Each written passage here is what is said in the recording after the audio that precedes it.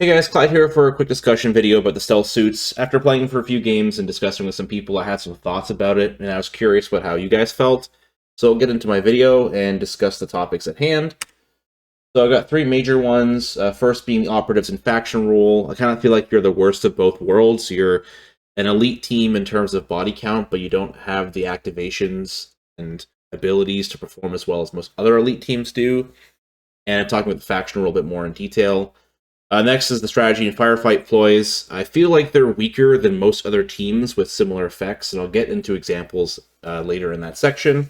And last is the kind of anti-synergy and oddity section, things that, in my opinion, feel kind of bad or don't work the way that they feel they think they should. So first, the operatives. Now this isn't going to be like a full team breakdown video. I'm only going to spotlight a few of the things, but here's how I feel about the operatives. One, you're essentially a 5-operative team. The drones are kind of half operatives. They aren't effective at fighting. One of them has an okay gun. They can't really perform mission actions, though the shots for A can make one do mission actions. You are a shooting team unable to shoot twice, which is really tough considering most other elite teams have a way of doing their main damaging action multiple times. Either you can shoot twice or fight twice, or get other ways to do that. If you're like Rekkas, you can charge in, fight, shoot, etc., etc. You're a 3 APL team, but you really don't have a way to make use of it to the fullest, aside from maybe move dash shooting. Considering most other 3 APL teams can charge, fight, and then either shoot afterwards, or fight again, or shoot twice and then charge, you have a lot of more versatility with those 3 APL teams. Versus the stealth suits, where you only got one shoot action, so your third one is either going to be doing mission actions or shuffling around. Feels kind of bad. Next is you're lacking firepower on multiple fronts, so you have an innate 4-up ballistic skill, which is tough. You're basically flipping a bunch of coins. You have some reroll opportunities, and you can invest with resources with ploys to make it better, but even though you can do that, your main weapon, the burst cannon, is pretty low damage. It's basically a bolter with ceaseless, and you have low piercing options aside from your limited fusion blasters. Next, you got bad melee. Obviously, your Tau. It's kind of be expected. However, you as an elite team also perform worse than most other elite teams that fight with their fists. So, for example, you're going to get outfought by a Space Marine with their fists. And that makes it tough because an effective strategy would be to shoot, charge, and then finish someone off in melee. And you don't really have that option most of the time considering your bad melee skills. And just a quick comparison, you are kind of worse off than a Phobos Marine, so you move slower, you have a similar save, and you have similar wounds, but being able to, or unable to shoot or fight twice really kind of affects your versatility and your viability. So first point of contention are the drones. I picture them both here. They are squishy. They cannot perform mission actions, although you get one with the Chauffeur per turn. Because of that, they can't hold objectives well. They count as 1 APL on an objective unless you use the drone controller on them. One has an okay gun, which is the Ceaseless Twin Pulse Carbine, and a debuff weapon with the Photon Grenade. And the other, I think, is probably the worst spotter-type unit in the whole game. The Auto Proxy Servitor in Battleclay totally mogs the marker drone, and it feels really bad. And again, in terms of my mind, is both of these drones are supposed to be the equivalent of one full elite operative on your team. It just really doesn't make sense, and it doesn't feel that way when you play with them.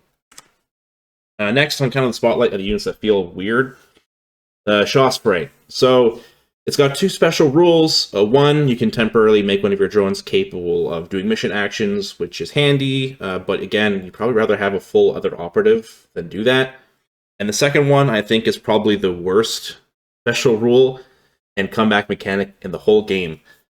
As it reads, and I played this incorrectly on stream a few times, because I didn't even think it was could be that bad. But if you've lost 2 or more friendly battlesuit operatives that aren't your drones, you improve the accurate of your Kauyon faction rule. So we'll get more into that later. But basically, that means is that if you've triggered this rule, you've lost effectively half of the firepower of your team to only improve your accurate count by 1. It's a very horrible trade. You definitely don't want to be sending your guys off and losing them willy-nilly. And it kind of really only helps towards the late game if you had a really hard-fought back and forth and you're just trying to wipe out the last few enemies with what you have left. That kind of turns the tide, but otherwise, not really that great.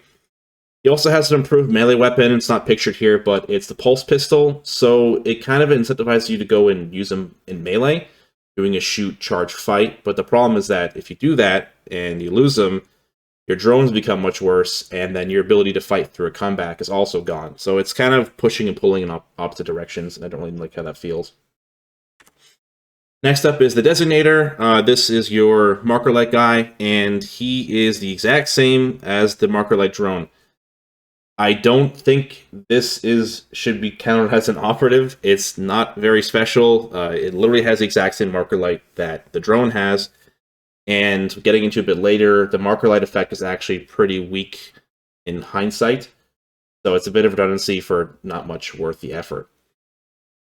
And then last, the Lodestar and Homing Beacon. So the Homing Beacon, I think, is probably the worst command point generator in the game. Incentivizes you to push into enemy territory to drop the beacon. However, your faction rule is the opposite. So you want to get him as deep as possible to get the most chance on your dice rolls, but to do that, you have to aggressively push him into your territory, which means you don't really get the full benefit of the Kauyon rule. Now, I've drawn here a straight line, so on some maps, if you want to get into enemy territory, you can do it as early as turning point 1, assuming you just full straight line charge, and then drop it. However, it's kind of easily telegraphed, and if you do that, it's going to leave him exposed on the future turn, so it's a bit of a gamble. And on top of that, the Electro Chaff rule is meant to support other nearby operatives against shooting attacks. So if you send them out solo to try to and put it deep, then you are hampering the rest of your team by doing that. So it again kind of plays against what the design is. And lastly, the lone operatives. This isn't a kind of a Space Marine team where you can send one guy out and have him be a one-man army, because you can only shoot once. So one lone operative is going to hinder the rest of your team and put you a bit of a back foot. And then lastly, I've included the chances for the homing beacon down here at the bottom, but the risk of putting him deep to get the beacon down is not worth the reward. If you see there, if you put it within the 6 inches of your drop zone, you get a 50% chance every turn. If you put it in enemy territory, you go from 50 to 75, but then if you get it all the way within 3 inches of your opponent's drop zone, you only get a 10% improvement. So again, it's not really worth it, and it kind of feels weird that it's scaled like that, but that's just kind of how probability works. Next up, we're going to Kauyon, which is the faction rule. And what this does is help mitigate the team's poor shooting skill. You are shooting on 4-up, which is a 50% chance. But every time you take accurate, you're rolling one less die as a regular hit, so that improves your consistency and damage. However, as you see here on the bottom image, this is really only effective on 2/3 of the board, and really only truly effective when you get past your half of the board. So this is just a random Volcus map, but showing where the objectives are placed. You can see that the middle objective is on the center line, so which means you can contest it from your opponent's side of the board.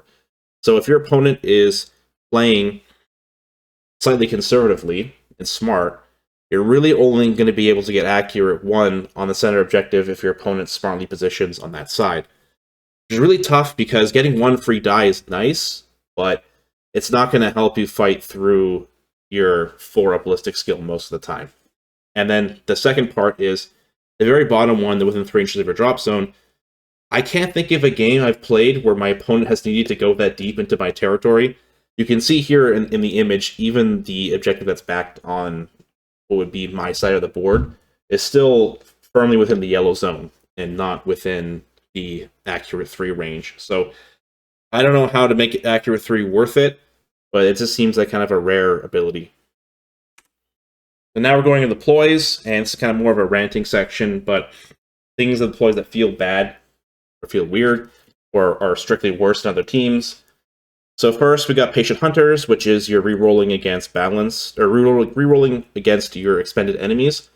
This is only effective against expended enemies, which means that you lose the ability to deny your opponent's activations if you want to get the max efficiency. So an important thing about Kill Team is if you remove your opponent's models before they can do things, then you have efficiently turned the action economy in your favor.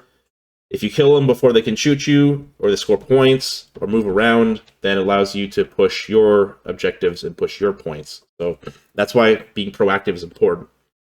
Now, the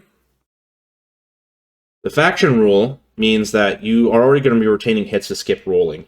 So being already accurate 1 or accurate 2 most of the time means that almost half of your dice are going to be kept before they roll. And then on top of that, the burst cannons also have innate ceaseless. So between accurate and ceaseless, you're doing a pretty good job of already rolling your hits through. So the ploy is, I wouldn't say it's useless or redundant, but it definitely feels like a bad spend. You really only want to do it if you're trying to push through with the Fusion Blaster, which is very expensive to do that for one whole command point for what's supposed to be a full team ploy.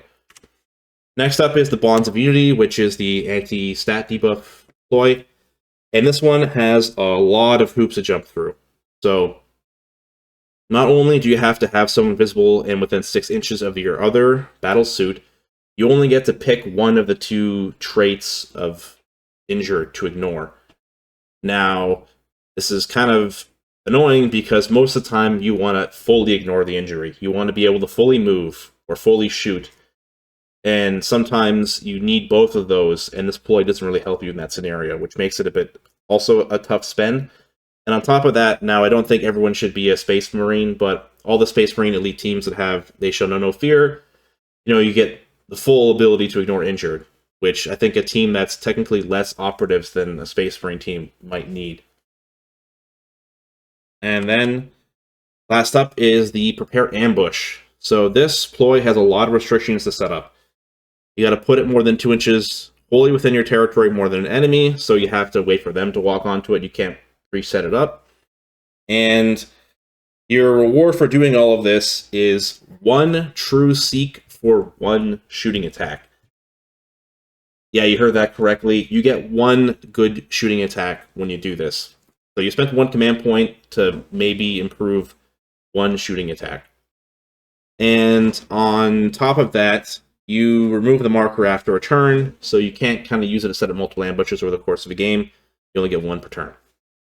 Now, in my mind, why is this worse than the Kazarkin clearance sweep or the Breacher's attack order? It's really, really weird that the premier shooting team setting up this ambush can only ambush 1 guy with it for 1 shot. Maybe if it was for multiple shots over the course of a turn, but I don't know. In my mind, it seems a little weird. And now we're going in the Firefight ploys. So first up is the Ghost Shroud, which is the one that lets you return to conceal after being engaged. It's 1 per use, per operative, per battle. Now, I can see why they did this. It stops you from having basically perfectly safe shooting over the course of a game. However, this is the shooting kill team, and the most damaging weapon, the Fusion Blaster, is going to be close range anyway, so the best they're going to do is take pot shots at you with the burst cannon, which doesn't exactly seem super powerful. And on top of that, other teams like Ratlings, you can get team-wide silent for 1 command point, and you can make it free all battle. So it's like, why are the shooting armies getting outdone by Ratlings? And then on top of that, I think it's the point I bring up right here, where the team does not have the command point economy to constantly keep spamming ploys. And you'll see in the future ones where there are a lot of essential ploys you're going to be spending to keep your guys alive. So even if you could, I don't think it would be smart to do Ghost Shroud once per turn over the course of battle. You just can't support it with your command point economy. Next up is the Jetpack. This is a bit of a personal gripe, but if you play Compendium Stealth Suits in last edition, you had innate Fly. Now, I know Fly is different in this edition, but just you had 6 suits with Fly. Feels a lot worse than having 5 suits where 1 suit can fly per turn. This is important because you need to be very, very well positioned to play this team. It's all about being just out of charge range, being in maximal shooting, and basically out-positioning your opponent. But if you only get 1 option to do it with 1 jetpack, it really, really makes it tough to do the proper positioning that you would like. Other teams have improved climbing team-wide, improved dropping team-wide, so feels like a bit of a step down for what are essentially a bunch of jetpack or flying operatives. And again, once more on the point, this team does not have the command point economy to spend these points every turn. You can't constantly keep ghost shrouding and jetpacking. You'll run out of command points too quick, and then you'll lose when you need to roll something very important. Now is the Savior Protocols, which is the Get Down, Mr. President. Now, this is odd, and I only found this out was odd, was doing some research for this video, but first of all, it's only usable on 2 of your 7 units. You only get 2 drones, so that's only 2 chances to get the interception.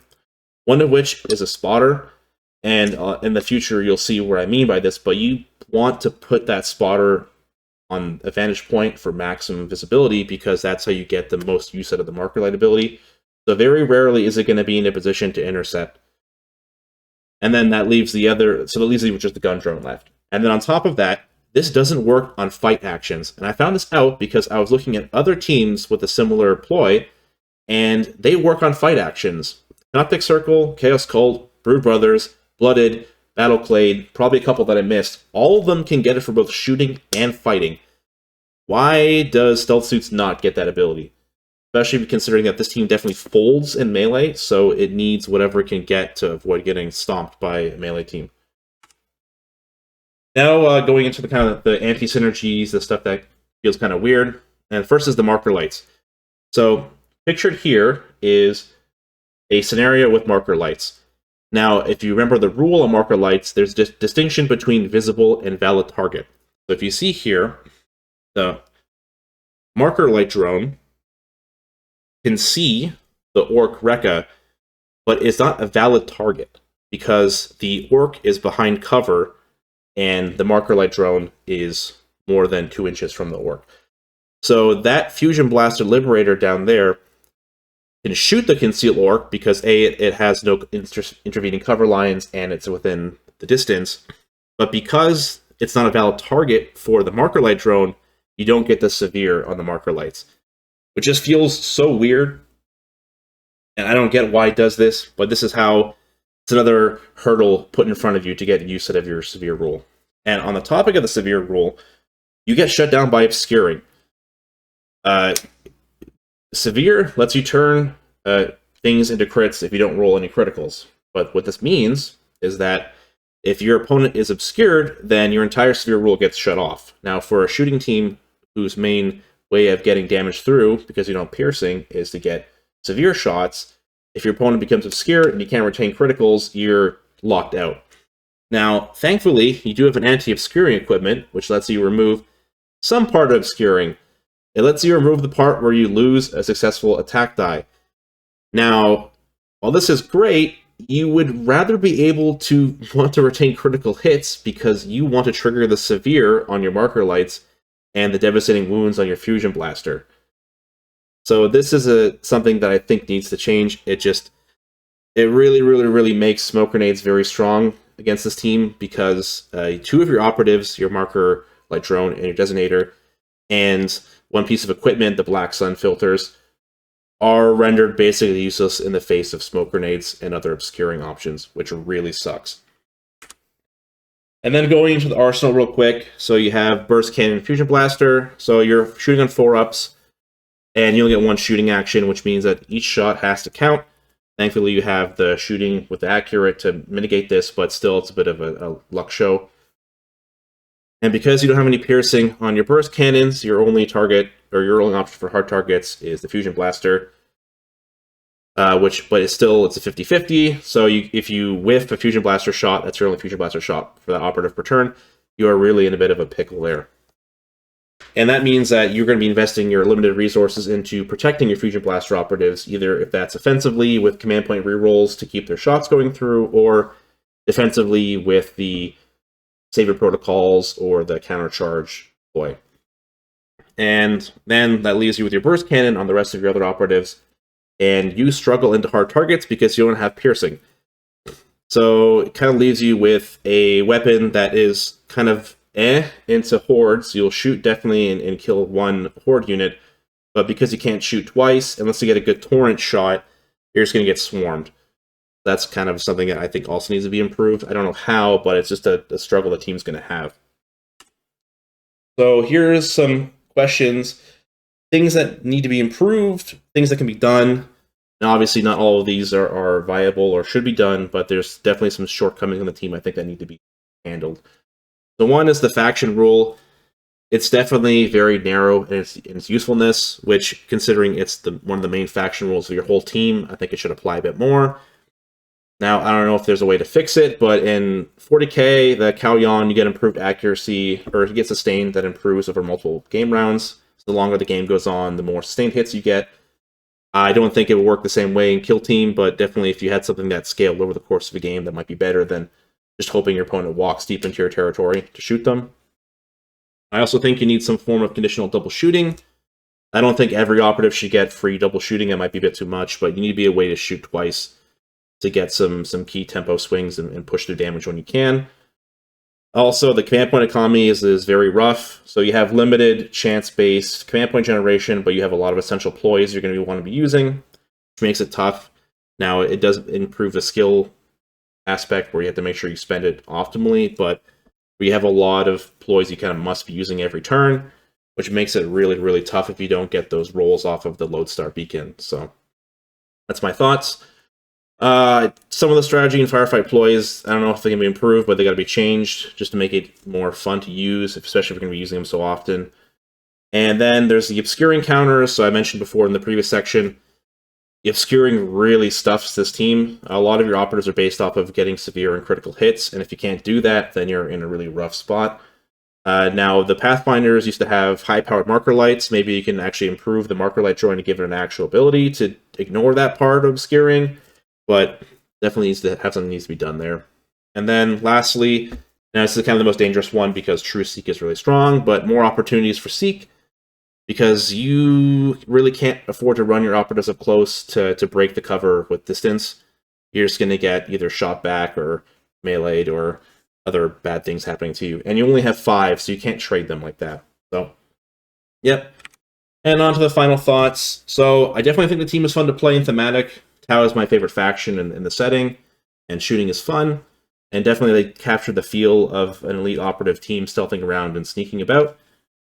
But especially if, I don't know if it's in the face of the new Tomb World season, lots of very strong teams have been coming out back-to-back. So, Wolf Scouts, Death Watch, Canoptic Circle, even the back half of the Volcus season with Raveners, Goremongers, and Launch Sanctifiers. Maybe just the stealth suits feel bad in that base of that kind of meta. And also, I think it's going to be hard to balance because highly mobile, safely concealed, powerful shooting units can skew a game. But I'm definitely excited to see the rest of the Tomb World season, and hopefully the rest of the Tomb World season is a bit more balanced and not as swingy as what we got here. But that's all I wanted to say. Thanks for listening. If you have any thoughts or anything, feedback, just leave in the comments. And look forward to seeing you guys in the next games of Kill Team Live or my next stream. And have a good one.